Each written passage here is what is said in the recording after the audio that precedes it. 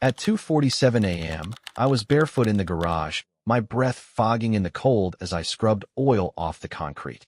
My wrists ached, knees stiff from crouching too long. I'd knocked over a can of transmission fluid while trying to fix the heater core in my wife's car, something I told her would need a mechanic, but she insisted I could handle. "You're good with your hands," she'd smiled, dumping the problem in my lap like always. She was asleep when I came in, stretched across the bed diagonally like a queen on a throne. Her laptop glowed beside her, online shopping again. When I pulled the covers and slid in beside her, she murmured, "Did you get the garage cleaned up? I smell something." I didn't answer. 3 days later, her sister called asking why the internet bill hadn't gone through. That's when I knew the plan was working. But I should back up. I'm Evan, 34, married to Jenna, 32. We've been together for 6 years. The first 3 felt like love. Real love. Late-night drives, talking until sunrise, her laughing so hard at my jokes she'd cry. I was hooked on that version of her. Thought I'd never met anyone more alive. But people change. Or they stop pretending. Jenna had always been opinionated, a little sharp, but charming in a way that disarmed you. After we got married, it started with small things. "You're folding the towels wrong," or "That shirt doesn't suit you." Harmless, right? But then it got louder, colder, more public. 2 years ago, her cousin Travis moved into our guest room. Said it would be for a month, maybe 2, just until he got his sales business off the ground. Jenna insisted. "It's family. He has no one else." So I agreed. It's been 19 months. Travis is the kind of guy who calls everyone bro, but looks at you like he's clocking your value. He sells vape accessories online, or says he does, but mostly he lounges around in joggers, eating protein bars and live streaming video games to an audience of 12. He and Jenna click like old war buddies. Same music, same slang, same disdain for boring stuff. I became the boring stuff. They joke about how I double knot my shoelaces or how I make lists for the grocery store. Jenna started finishing my sentences with her own sarcastic spin, like she was doing a parody of me in front of him. I'd walk into a room and feel like a prop. She said I was too intense, that I didn't know how to just let go, which is funny, considering I was the one holding everything together. Bills, groceries, repairs. I handled them all while they plotted their next Airbnb content retreat. She started ordering from high-end meal delivery services while I packed PB and JS for lunch. Travis had a new gaming chair delivered, $600, billed to our joint card. Jenna said he'd pay me back next week. That was 4 months ago. Then the downstairs bathroom flooded. Rude intrusion in the pipes. I caught it early. I always check stuff like that. But the wall behind the toilet was already soaked through. I shut off the water, called a plumber, and braced for the cost. Jenna rolled her eyes when I told her. "You're always freaking out about money." "It's $1,000 repair," I said. "God, relax. It's not the end of the world." Travis chimed in with, "You ever hear of a loan, bro?" That night, they went out. I stayed back and started pulling out drywall, drying what I could. I found mold. Deep, black streaks running behind the sink. I worked until 2 a.m., then made coffee, then worked more. By sunrise, the floor was covered in trash bags full of ruined sheetrock and soaked insulation. Jenna came home drunk at 6 a.m., heels in one hand, purse slung across her shoulder like a soldier's rifle. "Still playing Bob the Builder?" she asked, staring down at the mess. I didn't answer. She stepped over a trash bag, kicked it accidentally, and scowled. "Can you not leave crap everywhere?" Travis almost tripped. I said nothing. Later that day, I checked our joint credit card. Maxed out.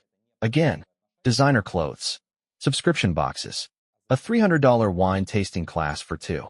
I'd had enough. I opened a separate checking account that night. Quietly redirected half my paycheck. Cleared the browsing history. Then I waited. Over the next week, Jenna barely noticed I wasn't around much. I worked longer hours. Or so I told her. In reality, I was driving around looking for rentals. Cheap ones. Simple. Just enough space to breathe. Then something unexpected happened. On Thursday, I came home early. Jenna didn't hear me come in. The front door was unlocked, her laughter echoing from the living room. I walked in, ready to make dinner. That's when I saw it. She was curled up on the couch next to Travis, legs tucked under his, holding a glass of wine. His arm was casually slung behind her. They weren't kissing. Nothing overt. But they didn't flinch when I walked in. Like they didn't care anymore. Jenna looked up. Hey, we were just watching that documentary you hate. Travis didn't even say hi. I went straight to the bedroom, locked the door, and sat on the edge of the bed. My hands were shaking not with rage, but with clarity, like something ancient and heavy had been pried off my chest. I didn't say a word that night, or the next, but something in me shifted, and that's when I decided I wasn't going to fight. I was going to vanish. Right under their noses, the plan started with silence. For the next 3 days, I became someone I barely recognized, agreeable, quiet, invisible. I stopped reminding Jenna about her credit card limits. I didn't fix the garbage disposal when it jammed, didn't refill the filtered water jug like I always did. When Travis left his shoes by the door, I stepped over them. When Jenna forgot to pay the electric bill and the lights flickered, I said I'd check on it soon. I didn't. They barely noticed. Or maybe they did and just didn't care. That Saturday, Jenna announced she was heading out for a wellness day with Travis. The two of them in matching sweats, yoga mats slung over their shoulders like some parody of self-care. You should get some rest, she said as they walked out the door. You've been tense lately.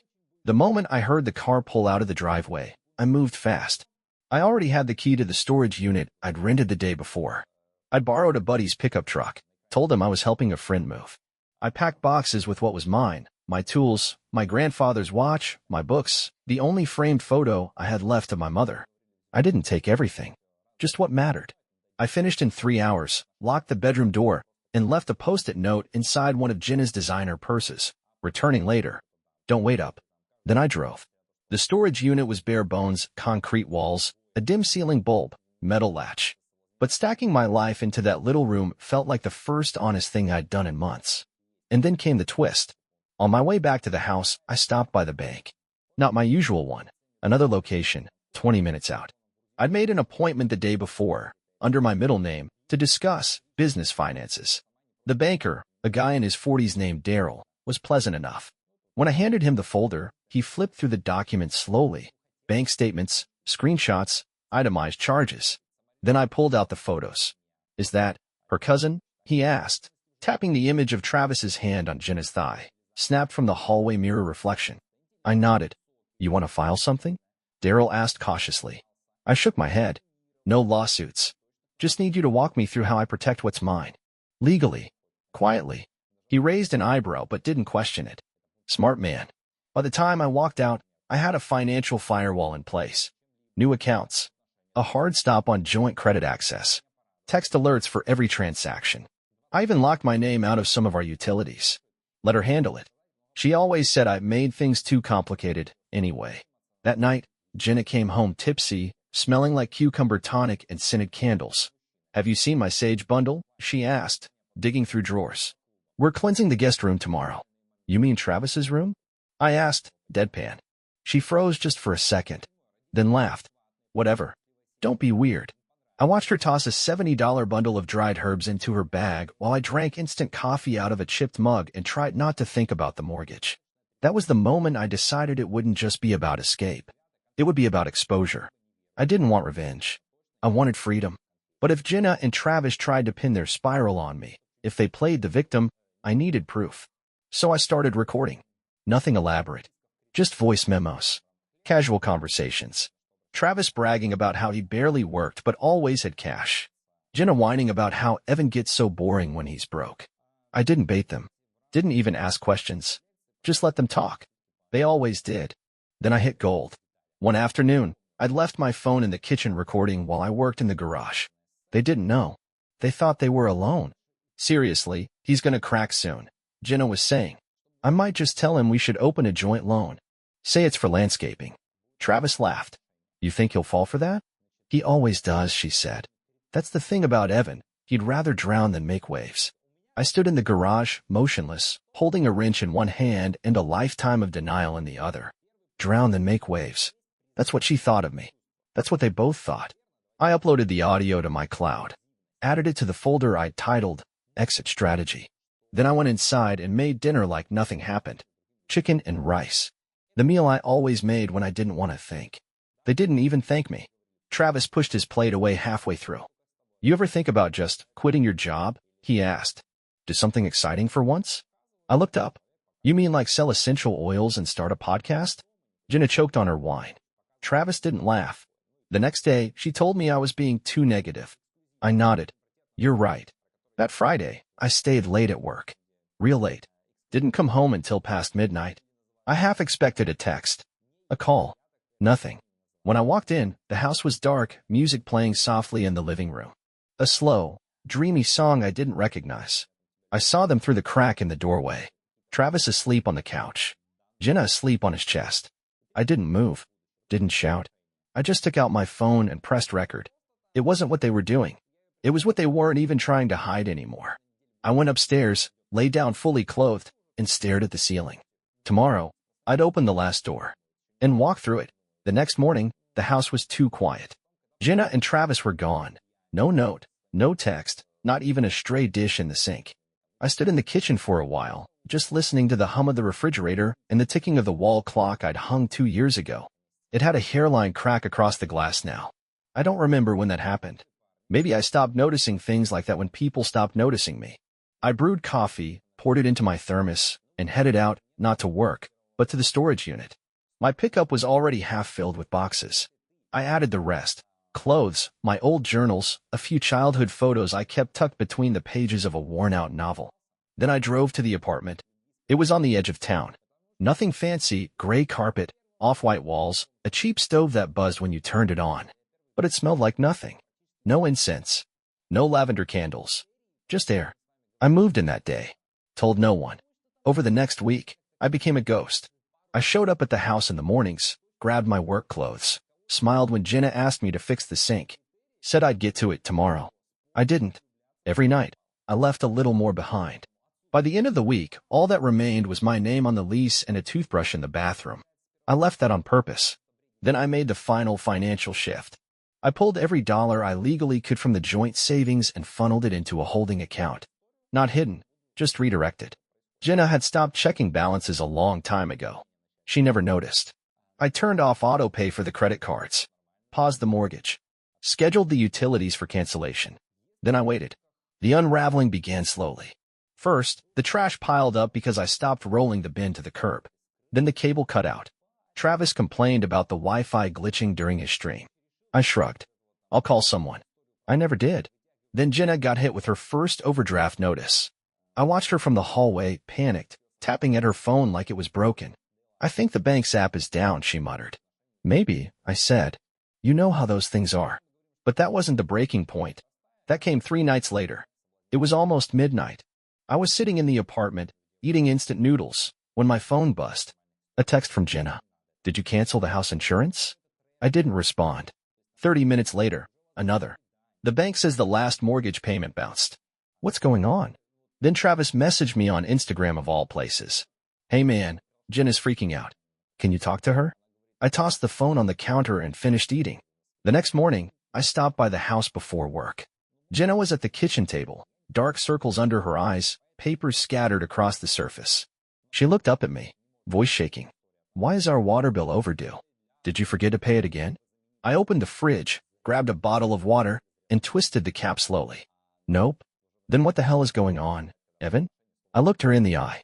I've been tired, Jenna. Real tired. She stared at me like she was trying to translate a foreign language. You mean you're just, what? Letting things fall apart? I drank. You said I was always doing too much. Figured I'd try your way. She stood abruptly. You're being a child. And you've been treating me like one, I said. For years. That night, I didn't go back. The next day, Jenna showed up at my job. She'd never done that before. My manager pulled me aside, said there was a woman asking for you in the parking lot. He looked concerned. I said I'd handle it. She was standing by her car, arms crossed, sunglasses hiding most of her expression. We need to talk. I nodded. Sure. But I choose where. She hesitated. Okay. Where? Tomorrow. Noon. Café Luz. That's where I'd meet her. Where I'd tell her everything. But there was one more thing I needed to do first. That night, I broke into my own house. Not literally. I still had a key. But I waited until they were gone.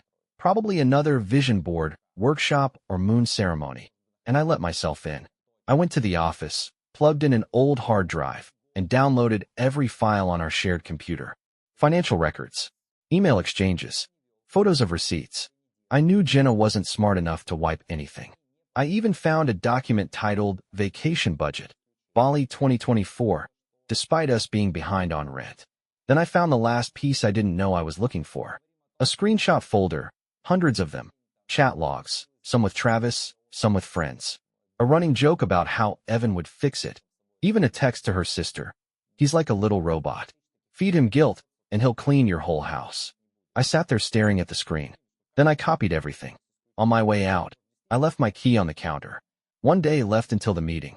I didn't know what Jenna would say, but I knew what I was going to say. I was going to speak the words I hadn't dared say in years.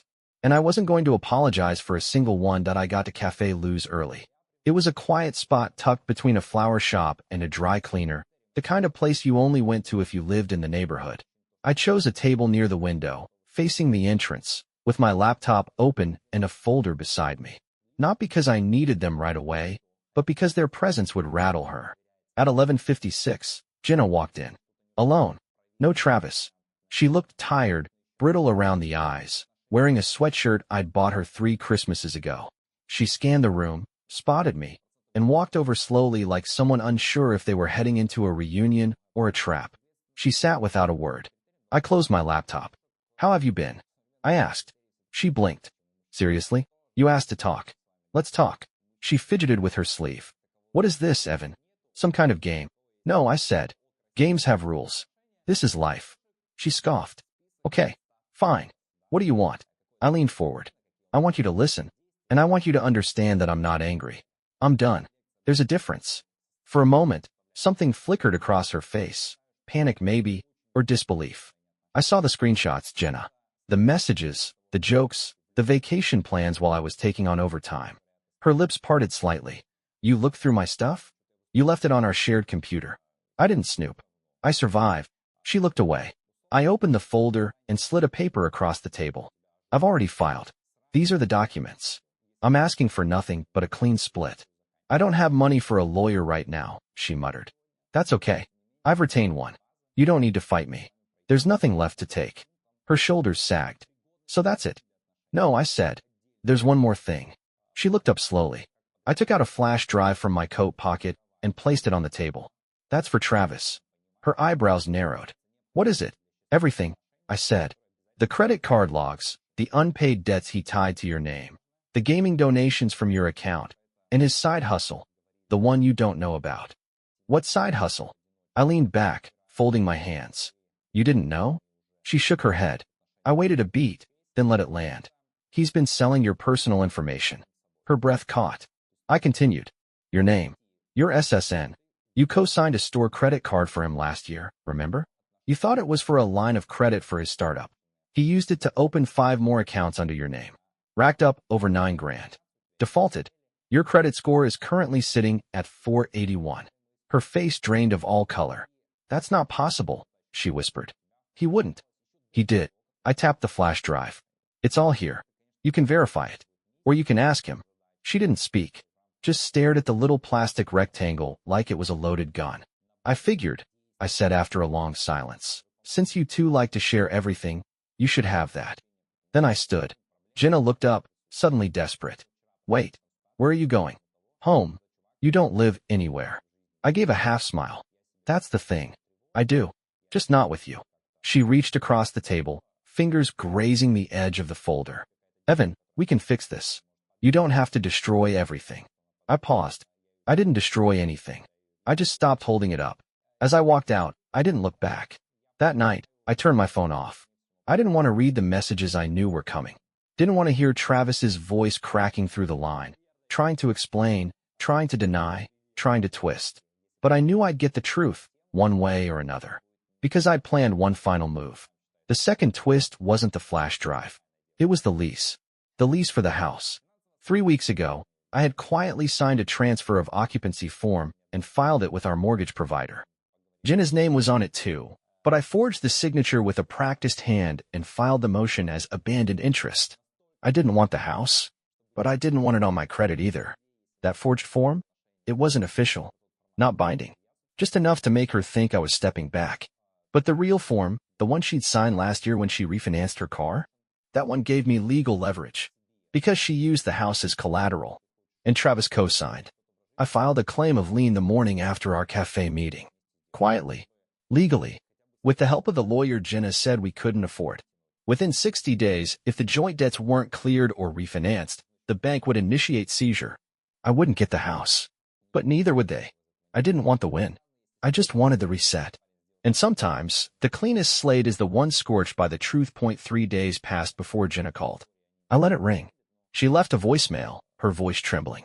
Said she'd spoken to the bank, that she was trying to understand how things got so complicated. She didn't mention the flash drive. She didn't mention Travis. But she didn't have to. Because 2 hours later, he called. Look, man, he said, trying for casual. There's been some kind of misunderstanding. I said nothing. I mean, the accounts under Jenna's name, those were supposed to be temporary. We were going to pay them off together. I didn't know she wasn't watching her credit. Still, I said nothing. Come on, Evan. You and I, we were cool, right? That broke the silence. We were never cool, Travis, I said. You were just warm enough not to set off alarms. He started to reply, but I ended the call. 2 days later, Jenna showed up at my apartment. I saw her through the peephole, standing in the hallway holding a takeout bag, like we were about to have some casual dinner. Like nothing had happened. I didn't open the door. She knocked 3 times. I'm not here to fight, she said through the wood. I miss you. I leaned against the wall inside, listening. You were the one constant in my life. Even when I didn't treat you right. Even when I didn't realize it. I stayed quiet. I know it's too late to undo everything, but maybe we can still talk. I slid down the wall, sitting on the floor with my knees bent. I didn't cry. Didn't rage.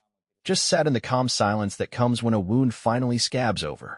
I'm sorry, Evan, she said. For real. And then she left. A week later, the bank processed the lien notice. Jenna texted me a screenshot. Is this real? I replied with one word. Yes. That was the last thing I ever said to her. A month later, I officially closed out my part of the mortgage and removed my name from the deed. She and Travis were responsible for the house now, or, more likely, the foreclosure. They broke the silence only once more, a joint email asking me to reconsider. I archived it without reading. 6 months passed. Then a year. My apartment never grew larger, but it grew warmer. I bought a plant that didn't die. Learned how to cook one decent meal. Took long walks without checking my phone. I read books without skipping ahead. Started volunteering at a local hardware co-op on weekends, teaching teenagers how to use tools, how to build something real with their own hands. I even fixed up a broken bench at the bus stop outside my place. Took me a whole weekend. No one thanked me. Didn't matter. One day, as I was leaving the co-op, I saw Jenna. She was across the street, coming out of a tax office. Alone, holding a manila envelope. Her hair was shorter. She looked older. Not in a cruel way, just in a way that life eventually insists upon. She didn't see me. I didn't wave. I just stood there a moment, watching as she climbed into a car that was not new, not flashy, not Travis's, and drove away. That night, I made dinner for myself and sat on the balcony with a cheap beer, watching the sky dim into gray. There was nothing particularly special about that moment. No music. No poetic closure. Just me. Breathing. Free. I used to think my life collapsed because of one big betrayal. But it didn't. It unraveled thread by thread. One eye roll. One insult. One moment of being told I missed a spot. And then one day, I finally realized I didn't have to stay. So I didn't. And that changed everything.